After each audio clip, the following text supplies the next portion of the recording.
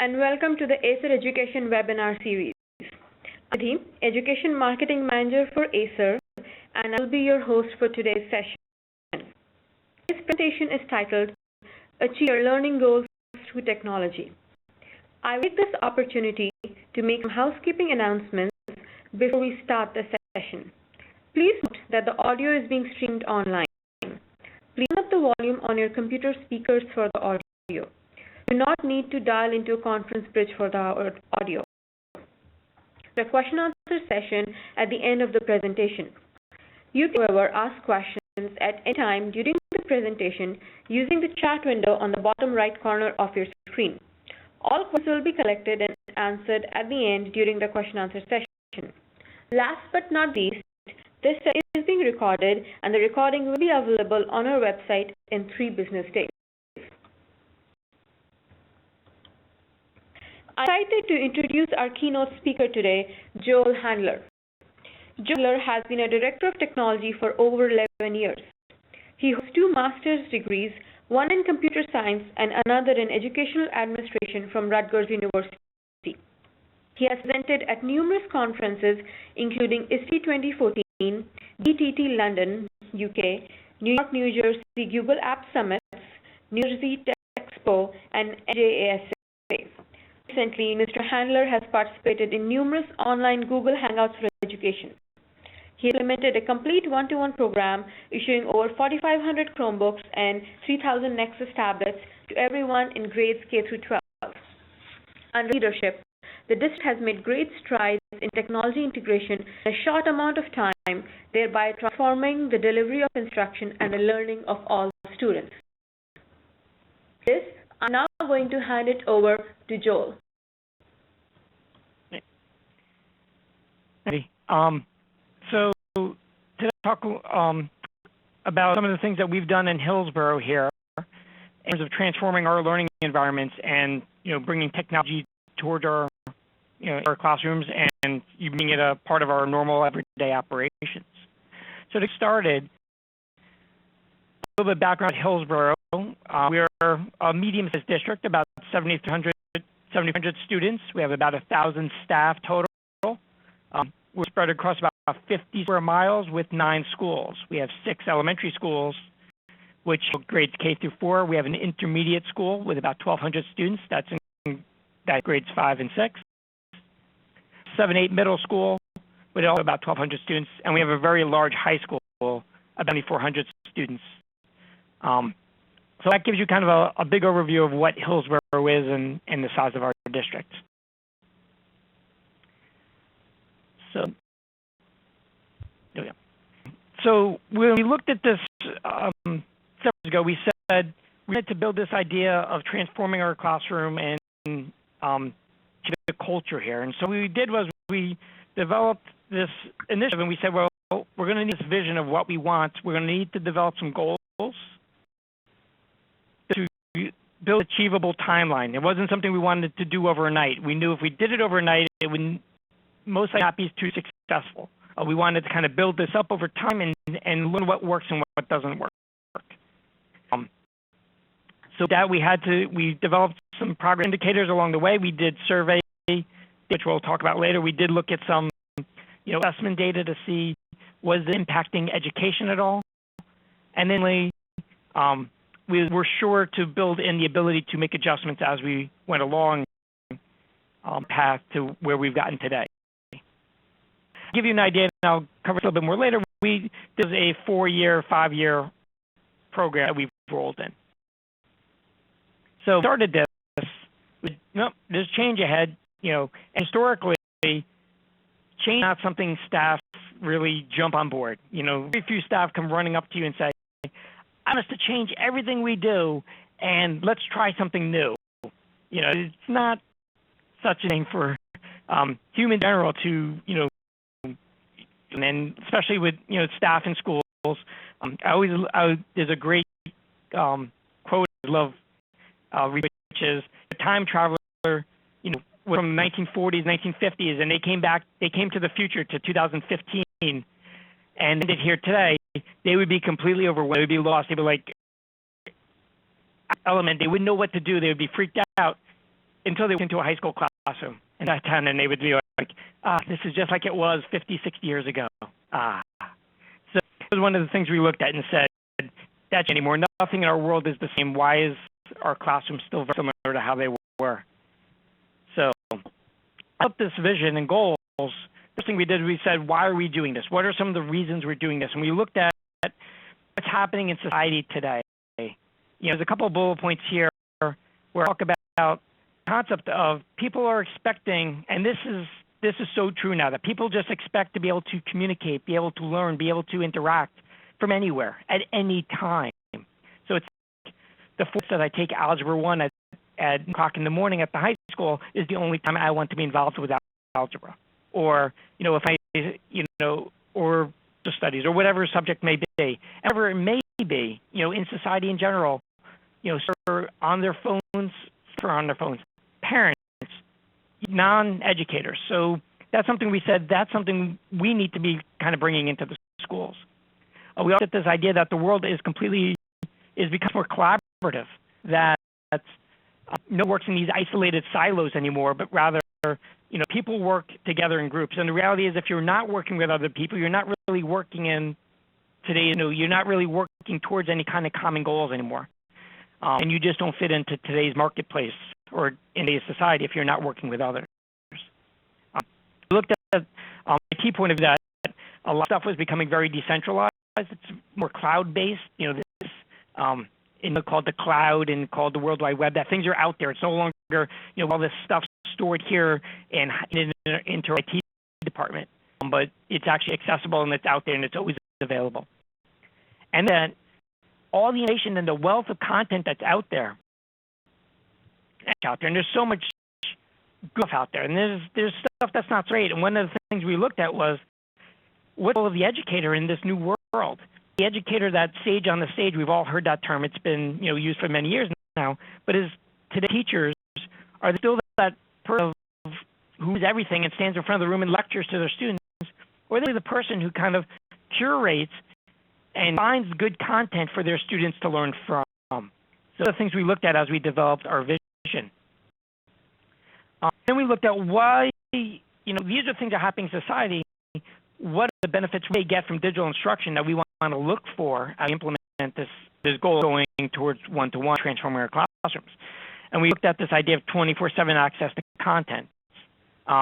We will talk about changing the delivery model from that teacher standing in the front, because we all know, when someone lectures to you, it kind of just stands there and tells you stuff.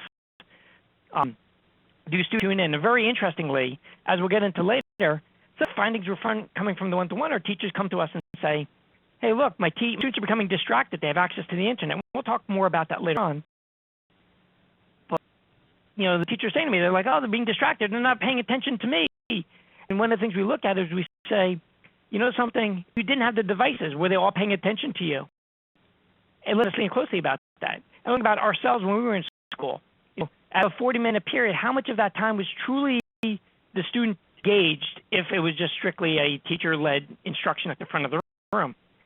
I would say, 10, 15 minutes maybe.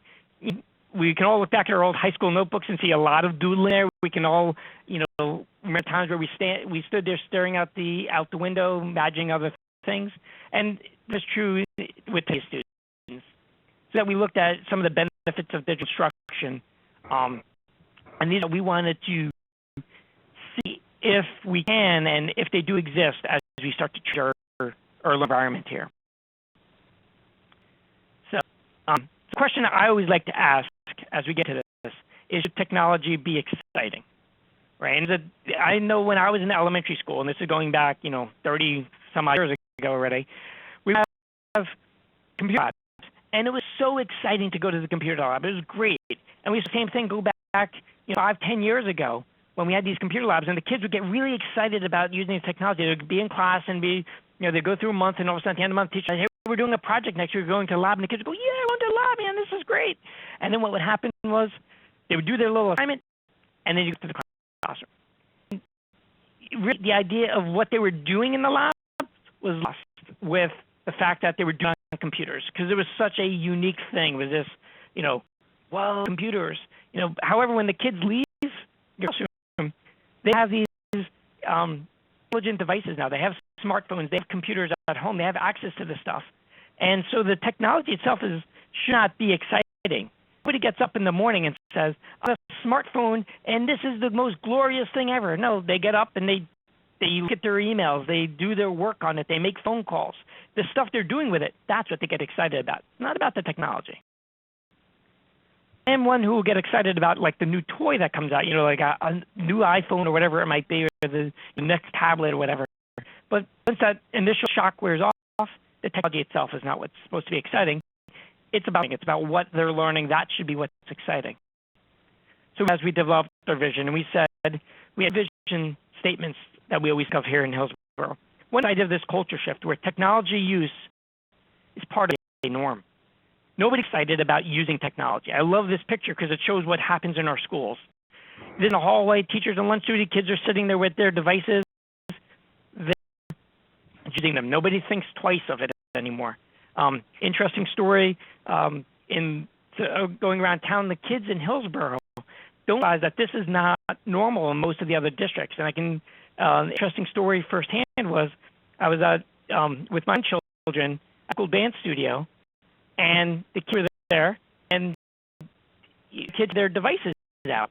The other kids were looking at them and saying, "Wow, you do your homework on computers?" And they were like, "Doesn't matter. This is just normal. This is how people kind of do things in Hillsborough." So that was what we wanted, this culture shift where technology is part of the everyday norm use. And we wanted to look at this idea of transforming the classroom and the way students learn, to get away from that 1950s, 1960s classroom of the kids lined up in rows listening to a teacher lecture to them. So to do this, we developed 3 technology goals. And we're back to these as the talk goes on today. They define everything we do with our technology, from the training, the technology we get, to how we're going to use that technology. And if what we're doing does not fit these 3 technology goals, we do it. Technology goals, as you can read, but I'm going to go through them in detail. The first idea of asynchronous learning is this idea of learning when most convenient for the student, not when the bell schedule says we're supposed to learn it. A good example of this is in our high school starts at, I believe, around 7:30 in the morning. Kids right into Algebra 1 kids. For a fact that at 7:30 in the morning, my mind is not ready to learn Algebra 1. However, because of the bell schedule, because we have to get these students through this, through the day, we can't have everybody doing certain things at certain times. We know a lot of researchers talk about students don't learn best at early mornings. Our high school students, they tend to learn better later in the day, later in the evening. Some even say at night. Some of these studies indicate. So the idea to have content available, have information available, and that students can learn when it's most appropriate and receptive to them is the idea of asynchronous learning. So that's one of our main technology goals. And when you look at resources to make this available for students when they are ready for learning. Now that doesn't mean we've broken down our schools and say we don't have periods anymore. No, we still have that, but it doesn't. But the learning can end after that 40-minute bell rings and students leave that classroom. Fades into our second one, which is the idea of globalizing the curriculum. Goals is to expand outside those 4 walls of that classroom and reach out to other resources around the world. That may be talking with, and scientists and experts around the world. That may be taking virtual tours of museums and other areas. When we start learning about ancient, Rome, it's so much better for the students to actually go onto Google Earth and tour ancient Rome than it is to get a few pictures and listen to a teacher talk about it. So this idea of breaking down the walls of the classroom and doing these virtual field trips, bringing in experts from outside the world, and then the idea of collaborating with your colleagues.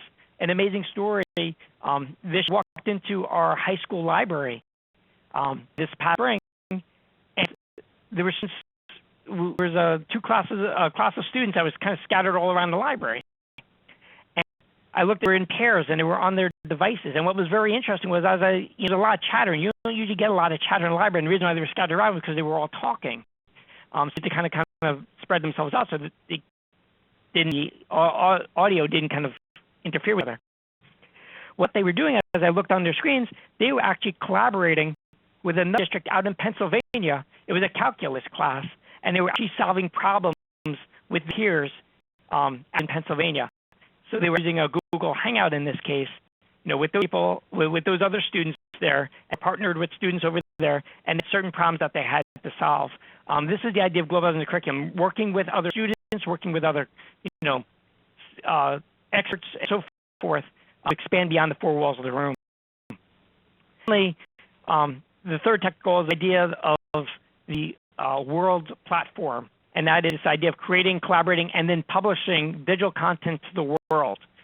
Back in when we were in school, go into school, I might write a paper, then what happened to that paper, the teacher read it, it came back to me, and my mom hung it on the fridge to show off that I got, a B+ or whatever it might be. Now this whole worldwide authentic audience, there's the ability for me to share with a class in my classroom, to share my student body in my school, to share, the world at large. And these are all kinds of different audiences that our students can now create, kind of work with on developing stuff. So as we look at any technology that we implement in our district or any training we're going to do, we know that it fits into one or more of these tech goals. Otherwise, it's not really for us. So as we looked at the idea, we looked at a 4-year journey to get to one-to-one. And so I'm going to go through these a little bit more in detail, but we spent 2011-12 the idea of just piloting one-to-one in small, a few classrooms just to experiment. Then we expanded to 10% of our population. Then we went to 20% of our population. And only this past school year, we went to all students, about 4,600 students in grades 5 through 12, having a one-to-one device. 8 through 4, very interestingly, in 2011 through 2013, our goal was to increase the number of Chromebooks we had carts. So we had a shared model in grades 3 and 4. And in 2012 to 2013, actually, we partnered with Google and did the Google Nexus tablet program with Google Play for Education. So at this point now, every student in grades 5 through 12 has a Chromebook, and students in grades K through 4 have Nexus tablets in the rooms, shared Chromebook carts as well for them to use. Coming through how we built up this environment and our doing this. Started with building this environment by putting in ubiquitous wireless. And a lot of districts look at me and say, well, why did you do the wireless first? Why didn't you said these rooms are going to do one-to-one, so let's put wireless here. And what we did was we need to be everywhere. If it's not going to work all the time, then teachers not rely on it. And if teachers won't rely on it, they just won't do it. And blame them. If it's not something, if it's going to work sometimes when you're standing in this corner of the room the other day, and it just becomes too much for the teacher to think about, and they're going to say, something, I don't have time for this. I've got a room full of students. I got a curriculum to through. I got a lot of learning to happen in my room. I don't have time to do this. So our first thing was we needed to put wireless everywhere so that no matter where the students went, no matter where the teachers went, the system just worked for them. We then made every room have projectors and sound field systems so that no matter which room the teacher went to, they knew if they walked in there, they always have the same technology and they can rely on it. So it's very important for us. That year we gave all of our certified staff devices, so they go from room to room with their laptop to a docking station and immediately be projecting and be coming through the sound field system. And if it was time to leave that room, they can pop their laptop, walk down the hall, go to the next room, and know the environment was the same. When they were trained once, it wasn't different no matter where they went. And that idea of exploring one-to-one programs. So our initial one-to-one pilots were in 2011-12. We looked at the idea of tablets. This was pre-Chromebook day even, and districts had just started playing around with this idea of one-to-one in districts doing it for the past 10 years, but this is when it started to become, hey, this may be something that is getting to a price point where districts can actually afford it. So we looked at the idea and we wanted to see what the educational benefits were. We looked at specific math classes at our high school and our middle school, and we did that for about a half a year there. And then we found some really good results, and we'll go over some of those results in a few minutes. But led us to say, this one-to-one stuff, it has a lot of benefits to it. And one of the biggest benefits we saw was organization. We actually saw academic improvements at this time due to the organization that the students got from having a device. I love to talk about the student who walks in the classroom, papers falling all out of their binder, dog ate the homework last night, kid didn't have a dog, but somehow they have it, just totally unorganized. And what we found was that helped these students so much in getting them organized and ably, perform classrooms. So that was really what kind of clued us in to say, this is some good stuff. We really need to explore this some more. So Chromebooks had just come on the market at that point in 2011-12. And so we were experimenting with them that spring, and we said, these actually look like they may be a great one-to-one device, but the tablets were very successful as well. So what we did was, going into the 12-13 school year, we said we were going to do 10% of our population. And to see this really works as we start to scale it up. And so depending on the school, we looked at different models. In our intermediate school, we had teams of 60 students on a team. We looked at 2 teams in our 5th grade and said, we're going to do one team with some tablets and one team with Chromebooks. And it'd be a very ubiquitous environment where that team all had Chromebooks, the teacher had Chromebooks, everything was the same. They all ate together, and it was a very homogeneous grouping. And then we did the same thing with the other team. Middle school, we had larger teams, so we did one team of 100 students. And then when we went to our high school, this is where our piloting broke down a little bit, because we wanted these homogeneous environments of every student having the same device. It was a complete immersive experiment. However, in high schools, the students don't stay together. So what we ended up doing was we had 12 teachers who were part of the pilot program, and we chose one of their periods. And the students in that, if you happen to be in Mr. Jones's second period social studies class, you're in a Chromebook class, and you got devices, and then you use those devices throughout the school. A BYOD policy as well, so some students were bringing in devices outside the pilot in the other classes, but went into that one class, so it was a completely immersed environment. So initial foray that first year into one-to-one, into the one-to-one in any large scale. At the same time, Google had kind of partnered with us.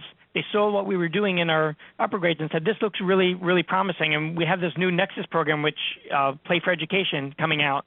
And we were very interested in looking for a partner district to work with.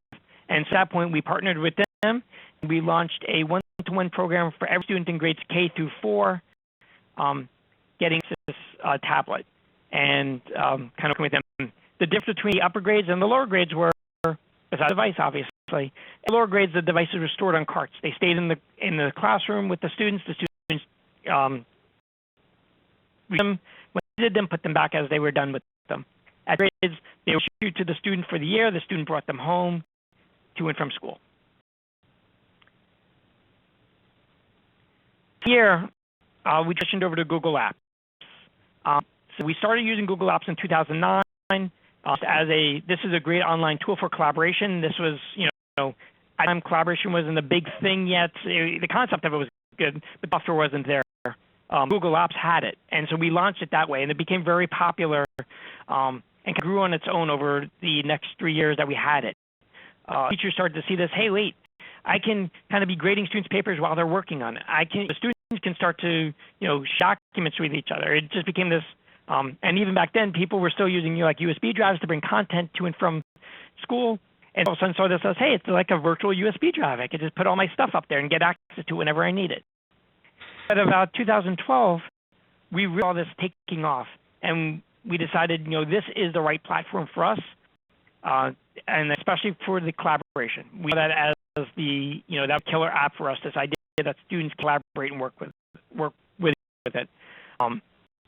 So we decided at that point we switched over as Google Apps as being our main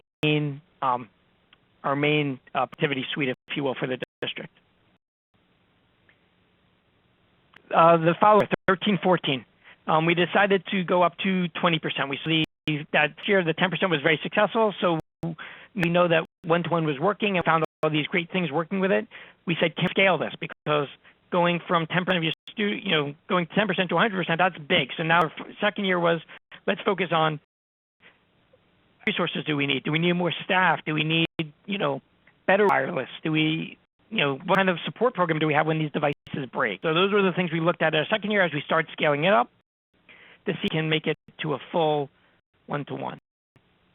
And it recaps our journey to get to where we are today, and that is every student, about 4,600 students in grades 5 through 12 having a Chromebook, and every student in grades K through 4 having a Nexus tablet in their classroom with Chromebooks on carts in the grades 3 and 4.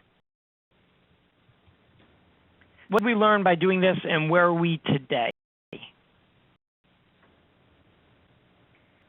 So rule number one that we learned was training and support was critical. Had we not put in the resources we had in terms of personnel, in terms of infrastructure, would guarantee that the program we put in today would not be successful, just because of what we've seen. So the thing we've done is timely and targeted training. We have, in our district of size, we have 2 technology integration specialists. We have currently this current year, we have 2 technology coaches. We have support teachers and a turnkey training program, and I'll be talking about these in a second. Well, I'll talk about them now. But the technology integration specialists and the tech coaches, they're district-wide. The integration specialists manage the entire one-to-one. They make sure all of our resources are being allocated correctly. They'll work with teachers as need be. They'll work with administrators as need be. To ensure that technology is being integrated and the resources staff and students need are accessible to them. A coach position is a very unique position for us. We're very excited about. These are 2 classroom teachers that for the 1 year come out on what I like to call a sabbatical. They'll come out of the classroom for 1 year. We replace them with a long-term sub position, and their goal is to teach teachers technology. Go around, they'll co-teach a lesson. They'll co-teach a lesson with a teacher. They'll meet with teachers during their lunch and prep periods. Whenever it's convenient for the teacher, they'll work with them on whatever technology needs that teacher needs to learn. We're here to support teachers. These are our, I always call them the front line of defense. They are my, boots on the ground. They're the teachers who are out there in the schools, making sure everything's working, making sure teachers have the resources that they need. So they're throughout my district, and they just support the technology programs throughout the schools. And they also kind of overlap a little bit with the tech coaches in that they'll also go into classrooms, co-teach lessons with teachers. They'll work with teachers on learning new technologies as well. And those resources are available throughout the day. The technology training program, training program that we have is something that we implemented 4 years ago. The concept here is we have in New Jersey, and specifically in our district, we have in-service days. And in the past, these days were, here's one big in-service day, we're going to have a lot of training this day. And sometimes it's, it could be November, maybe March. This year and the last 2 years, actually, our in-service days, because of snow or hurricanes or whatever it may be, have been bumped to the end of the school year. And that turned out to be the technology day. So we were like, why are we putting a technology day? After the students leave and the teachers are ready to go to summer, they're going to start learning about technology used in the classroom. Well, they're going to by the end of the summer, and then it's going to have been a complete waste. So we looked at this idea of rather than attending an in-service day, if they take classes a year, equivalent time to the 6 hours that they would attend that day, they can be exempt from attending in-service day. What happens is the teachers then take classes throughout the year through the turnkey training program. Technology classes are before or after school, and topics that to our district technology goals. So that they take classes on whatever it might be. Maybe they're taking something on Nearpod or something on VoiceThread or on Google Apps or whatever it might be. They're taking it at a time when it's convenient for them and when it's appropriate for them. So a classroom teacher may hear about some great stuff that's happening down the hall with Google Classroom, and I'm like, this sounds really interesting. So I'll look and say, hey, a turnkey trainer is going to be offering some Google Classroom classes next week. Let me one, and I can potentially implement it right away. And so this has been a huge success for us. We've seen, I want to attribute a lot of our growth in teachers because of the fact that they're able to take this training and get the support they need at the time that they need it. Technical support in terms of the operations of things is vital. If you put out all this technology and you don't have a plan in place to ensure that you're supporting it, then things break and will break. I know that for a fact. The teachers will start to no longer rely on it. They'll say, my students don't have Chromebooks that work anymore, and what's going on? They're out for repair and do my lessons. This is ridiculous. So you need to make sure you have enough staff in place, and the staff will do the repairs that are needed. So one of the things we look at is we keep spare parts as we need to. So if a projector breaks in the class, rather than saying we're going to take down the projector, get it fixed, and put it back up a little later, we're going to do is swap out the projector so then immediately the teacher has a working unit again and worry about repairing this one later. As we looked at our support staff, we said their role has changed. I know when I first came on board there, we had in each building, and they were kind of the jack of all trades. They kind of were harder guys that swapped out parts and that kind of thing. Well, a lot has changed in their role, and they're becoming more now software experts. They need to know how to use not only just hardware, but software issues as well. And one of the things we've been looking at as a district is it worth us to keep doing all these repairs in-house, or should we be keeping more warranty programs and sending equipment out for repairs as need be? An idea that I talked about much earlier, but data center has actually decreased in size, that more and more of these cloud-based services. So from our one-to-one so far. So from the teachers, we've definitely seen this idea of a more paperless, much more cloud-based classroom. That is, resources are there for the students, they're always available. We've students kind of gravitate toward this, and teachers kind of love it. Actually, what's very interesting, a couple of teachers, and I've heard this from our first-year pilot teachers, then our second-year pilot teachers, and now our current teachers, that they don't line at the copier machines anymore. And that's been a huge thing for us because copiers get abused and and break quickly, and now teachers were saying, I don't even worry about them anymore because I'll go to the copier, scan something in, and make it digital. That's why I go there. I don't have to wait there 20 minutes for me to print this out. I just everything online. Definitely this shift in that teachers are looking at feedback from students and online feedback tools. If they're doing lecture-based type classes at a time, they might do more interactive ones where students have to submit responses and teachers can gauge how effective the lesson is going. Or they'll look at independent learning modules where students kind of go through collaboratively and provide feedback to the teachers, and the teachers are able to now more effectively manage that classroom. It was very interesting. I love the comment. I had a teacher in in the second year of the pilot when we went to 10%. She goes to me and she goes, I'm kind of guilty about this. I said, what do you feel guilty about? She's like, I don't know. I go home at the end of the day. I'm not tired anymore. I don't feel. Sometimes I feel like I'm standing around the room. I'm going around with students, but I'm not sure what to do. I'm like, the students are just doing their stuff, and I feel kind of guilty. I feel like I should be teaching. I'm like, no, you're doing exactly what you're supposed to be doing. You're getting the students, and they're learning, and that's where you want to be doing. And that's one of the things that we heard from teachers as well, is that the time commitments have shifted for them. That instead of coming, 8 in the morning, teach your classes, going home at the end of the day, and then maybe grading some papers like they used to do and planning lessons for the next day. What happens is during the day, and they would go home very tired.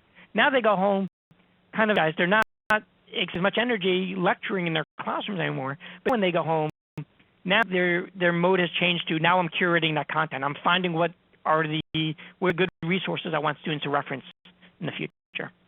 A lot of what we're looking at is this idea of instructional strategies like flipping the classroom or blended learning. These are what I've been catching on with staff here, looking at ways to students and work with them. And a very good one is this idea of equity across all of our students, leveling the playing field. We BYOD, but in our district, have the haves and the have-nots.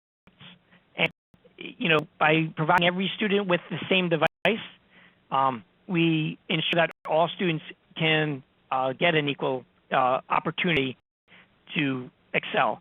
And interesting too is what we looked at was, because we've done this across the board, they have this that they know what's going to go in on their room. They know what to expect. They're not going to walk in today and say, well, you have a device and you don't, or I don't have the lab today because somebody else needed to borrow it, and so my lesson's completely up. They know when they walk in that room, every student in their classroom has this device that can do this, this, and this. When they plan their lessons, they know what can be done, and they don't have to worry as much about, well, this won't work half my class, or what do I do with these kids who don't have a device, and so forth. Since we've seen an excitement level in students in their learning that we haven't seen across the board. We're seeing it now that we have the one-to-one. And it's lasted the entire year. Some of our concern was, well, this is just, October, the September, October, it's brand new, everyone gets a device, this is so cool. What happens in December and January when things settle down? We have seen that really drop off. We've seen where students become nonchalant about the device, where it's kind of, it's my device, but they're excited about the learning still, and they're excited about using it. So we've seen students writing increase tremendously. I've seen this from many, many teachers where in the past it was, if the assignment was, I need you to write a small paragraph, or I need you, you're working on an essay. And the meter was always to, many students did the minimum. I'm going to, they want a paragraph, I'll do a paragraph. Supposed to do 3 sentences, I did 3 sentences, kind of thing. Well, now is that has shifted, that students want to write more, and we attribute to the technology. Nothing else has changed. It's the same students, but they're writing more. So when you say, I just want a paragraph, students are more, and they're contributing more. Also, we see this with, especially with the collaboration components, because they know their content is being read and being kind of, collaborated with by their colleagues. So they like to participate. We've seen a lot more of online classroom kind of environments where, class logs, if you will, or assignments where students contribute answers online and comment on each other's answers. We've seen that tremendously. Note-taking, I love this one. A great story. One of our science teachers was with our students, and during lecture, she was kind of presenting to the students that, first class, we're going to kind of go over some stuff, then you're going to break and you're going to do some experimenting in the back, in the lab. So while part of the class was going on, one in the room noticed that, students have the Google Doc open. You can see the cursor. So if you're at Google Docs, you can see that, there's a second cursor on there, and it's kind of moving along. And so you can tell that the student's kind of has it with somebody else. So the teacher thinks he's paying attention to me. So goes over to the students as soon as the class breaks and says, I'll see you guys for detention after class. You guys, and they're like, what do we do? What do we do? Teacher says, you got attention to me. You guys were kind of sitting there chatting with each other. The student said, no, we weren't. We were actually taking on notes together, and they brought up the document. Sure enough, that's exactly what it was. The students had on their own just said, something, we're going to create this document and we're going to take notes together. And this has become very common in our district, that they don't work in the isolated bubbles anymore, but they work collaborating in groups. That was kind of the aha moment for that teacher there. But a lot more just participation outside of school hours, students in the evenings working with these devices, a lot more on homework and collaborating a lot more on what they're working on. What was that I did not expect to see was this idea of video tutorials and students kind of, using things like Screencastify to create little snippets of a little video thing to kind of explain something and then send that to each other. That's been a very interesting eye-opener for us. We did survey our parents, at the end of our pilot years, and what we found was most of the parents were very happy. They had a positive impact on their child learning in school. The students were actually even more motivated. And what was interesting was we weren't sure if this was a side effect of they pilot kids or if this was have device in the transformation of these classrooms. We're seeing this year, as the year's gone on, it really is attributed to the fact that students are using the technology. They're not powering down anymore like they were, 3, 4, 5 years ago when they came to school. They're using their devices as part of the way they do normal life. We had advisory groups as well as we ran the pilots, the feedback from the parents as to what's working, what's not working, so forth.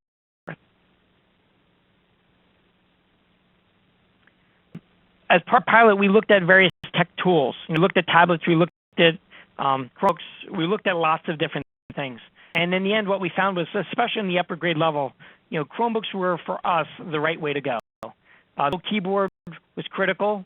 We are a park state here in New Jersey, and so the typing skills was essential. And what was very interesting was, into this current school year and going one-to-one, we saw touchscreen as being a very vital thing. Now, going into this year, Acer had a nice touchscreen device, and we didn't realize the impact.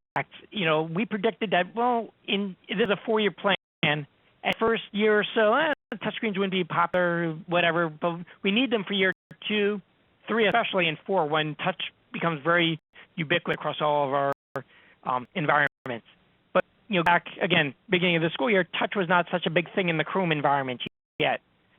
However, as it's gone on, we see students using that touchscreen in ways we never even imagined.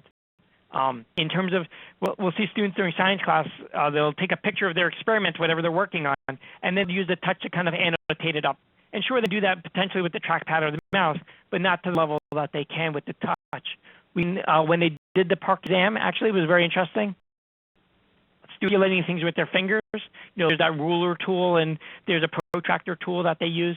And we're just naturally going to those things and I can just use it. It's just not, because most of them are used to having smartphones where they're going to manipulate it and use fingers. So that touch screen was actually a big debate going into this year. Is it worth the money? Was it worth the investment? And we made the decision that yes, it was. And it's paid off tremendously in such a short period of time that we did not expect.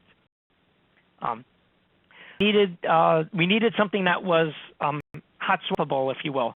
We didn't want the technology to get in the way of the education. So that if a device was broken, this shouldn't be like, what do we do now? And the Chromebook really fits nicely into that model because the Chromebook has really nothing to it. It's cloud-based.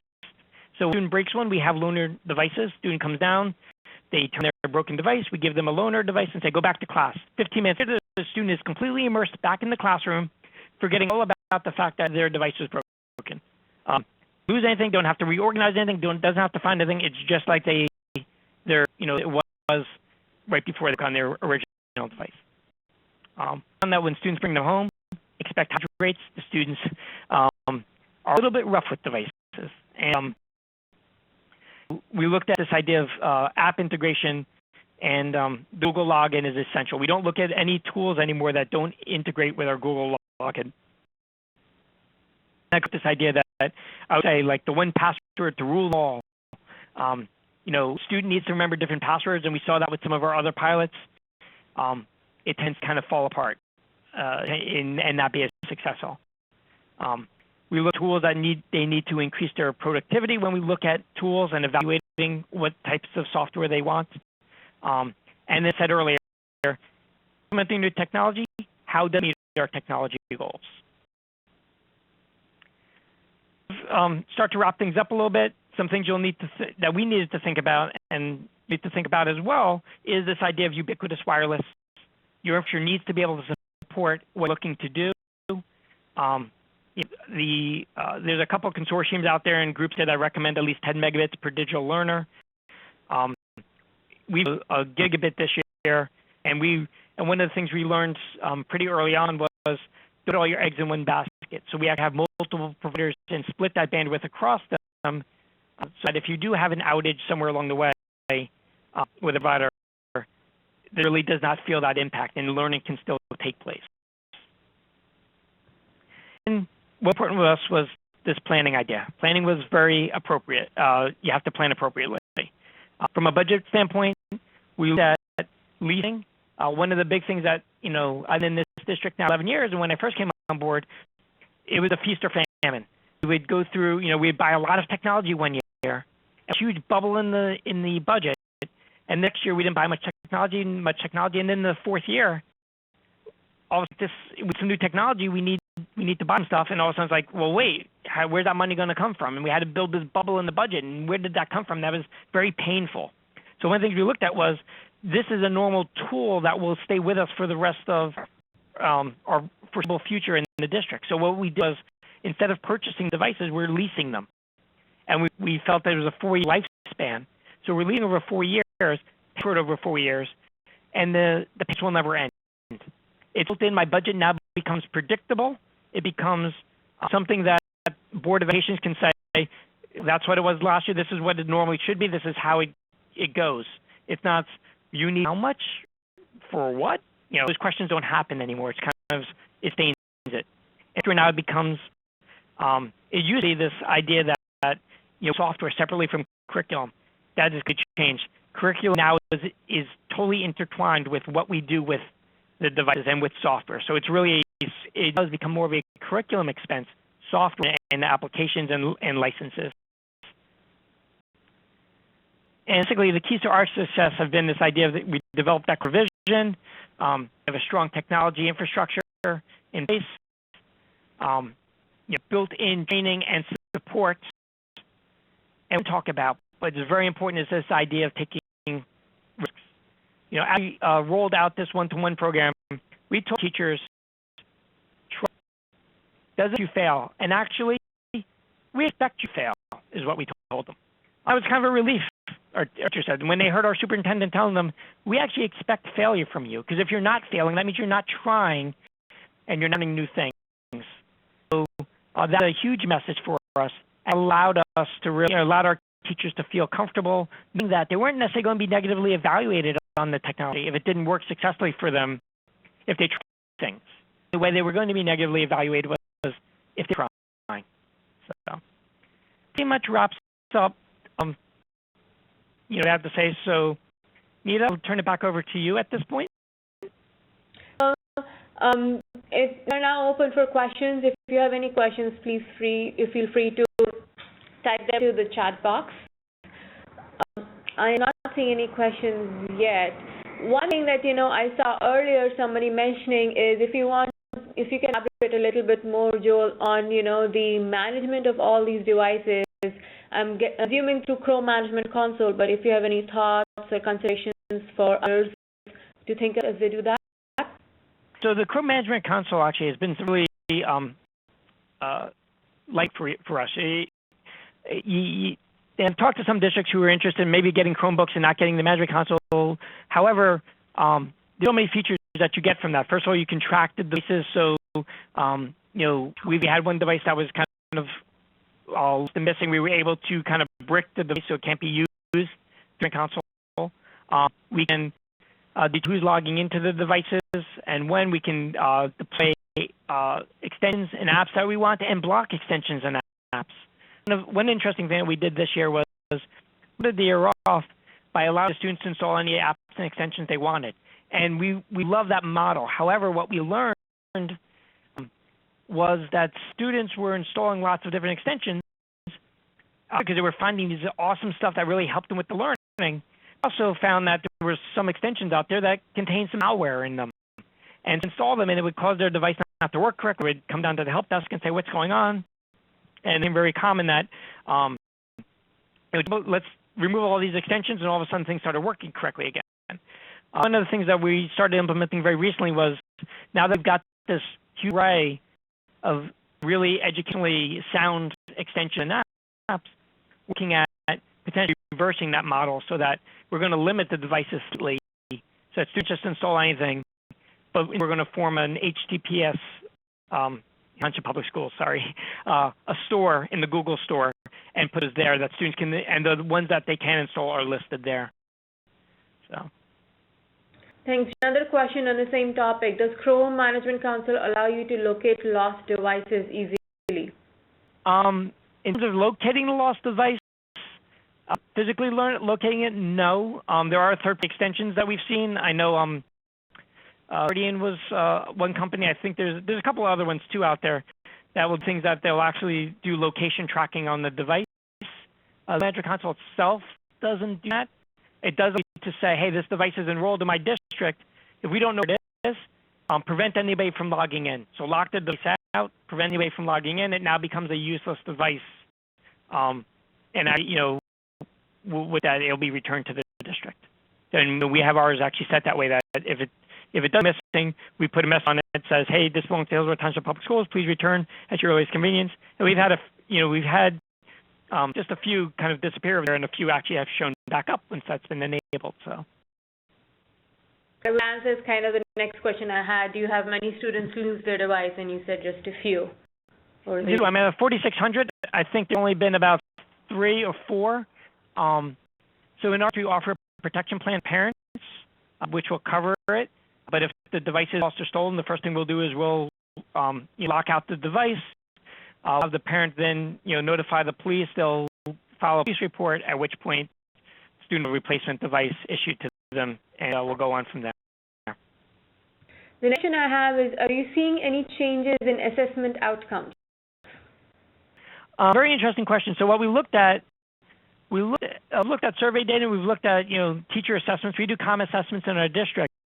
We didn't see anything significantly change in assessments per se. And there's a couple of reasons that we attribute to this. One, we've seen that the assessments themselves are still rooted. They were designed several years ago, and they're still rooted in traditional teaching models. We don't, because changing the learning here, assessments were still very much geared towards, for a latter term, kind of learn these concepts and then kind of regurgitate them, learn these terms. That's very generalized, but we changed our assessments yet to match the new types of teaching learning that's happening in our classrooms. So I haven't seen a decent increase. We have seen academic improvements in some of those achieving students attributed to organization. We saw in some of the pilots, students who were kind of in our, more academically needing students, all of a sudden academically go better grades because they became organized. I think I talked about before about students who just are organized, and a lot of times it's not that they're not getting the information; they just can't even find it. They go home at night, they don't know where they put the worksheet, or the next day they come in, they really don't know where it is, or they can't find it anymore.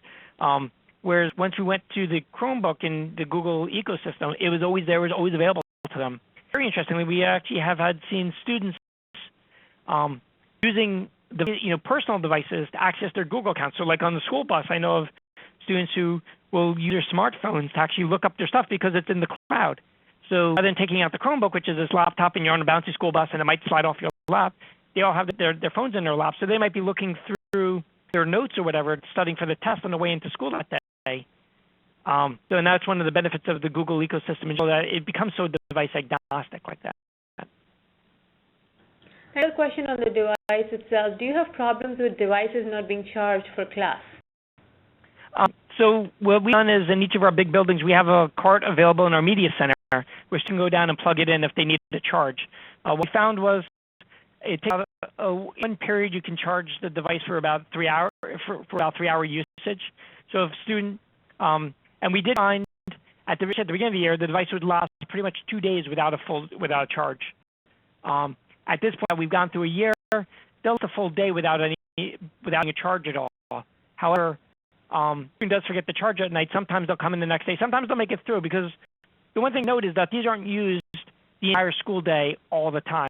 Sometimes the students are using it every period, but most of the time what we find is the students are using it on and off throughout the day, throughout each period. So I come into class and I'll start off using it, and then we're working in a collaborative group. I don't use it anymore, and then I put it away for 10, 15 minutes, and then go back to another assignment where I need it. So it's on. It's not just always on, sitting always on. Back to your question, so if a student does forget to charge it, they can go to the media center, can have it signed in and charge it for an hour or so, and then come back and get it. Or they'll come during, we've seen students come during lunches, during study hall periods, during they'll drop it off to charge if they need to. We built a culture of, this is your homework. At night, you plug in your Chromebook. That's simple. Don't bring chargers to school in our district. Found that by bringing the chargers in, becomes another break point. The charger may break, but more common is that the charging brick inside with the laptop in whatever case that the kid has, sometimes pressure points. So we told them we don't want the devices coming in. We have the chargers coming in. Your home, that's your homework. Jill, I think with that we have come to the end of the question-answer session. Thank you so much for taking the time to share your experience with everyone, and thanks everyone for joining our presentation today.